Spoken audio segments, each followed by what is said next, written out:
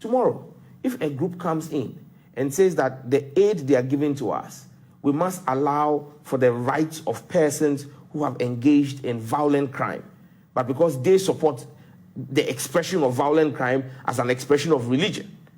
And so we must also accept that. Yesterday, he spoke about principles, and I hit on that point.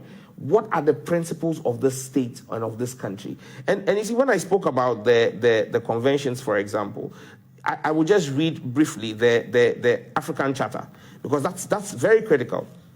The African Charter, in Article 17.3, says that, in fact, let me start from 17.1.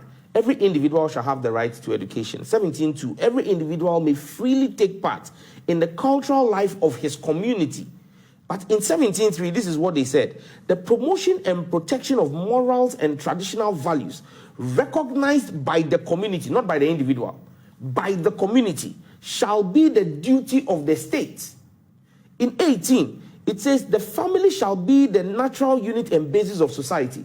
It shall be protected by the state, which shall take care of its physical health and moral. In 2, it says the state shall have the duty to assist the family, which is the custodian of morals and traditional values recognized by the community, not by the individual. So when people keep talking about individual liberties and saying that Ghana has ratified international conventions, the conventions are talking about community.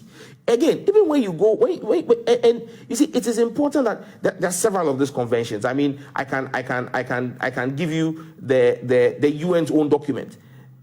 When you take Article 2 of the UN Human Rights Declaration, like I stated, it sets out the basis for which you cannot discriminate. In there nowhere is gender. Okay, when you take the international covenant on economic and political rights, this is what it says: freedom in 18.3, Article 18.3, freedom to manifest one's religion or beliefs may be subject only to such limitations as are prescribed by law and are necessary to protect public safety, order, health, or morals, or the fundamental rights and freedom of others.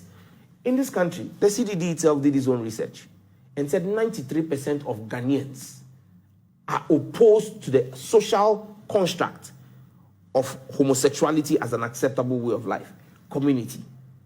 So, on the basis of principles, how then do you say that we should set aside the principles of a state? And a state is an aggregation of the beliefs of the individuals in there.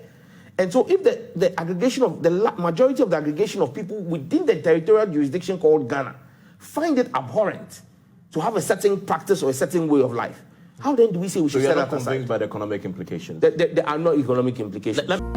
Thank you for watching. Subscribe and click the bell icon and get notified every time we share something interesting. We would love to have you on there.